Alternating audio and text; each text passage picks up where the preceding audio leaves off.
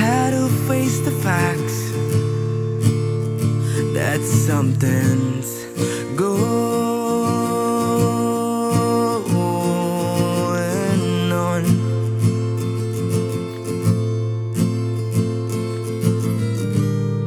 All the fears started to build up while we stuck in our rooms, and I don't remember if it's been a month or two. Whoa, when will it pass?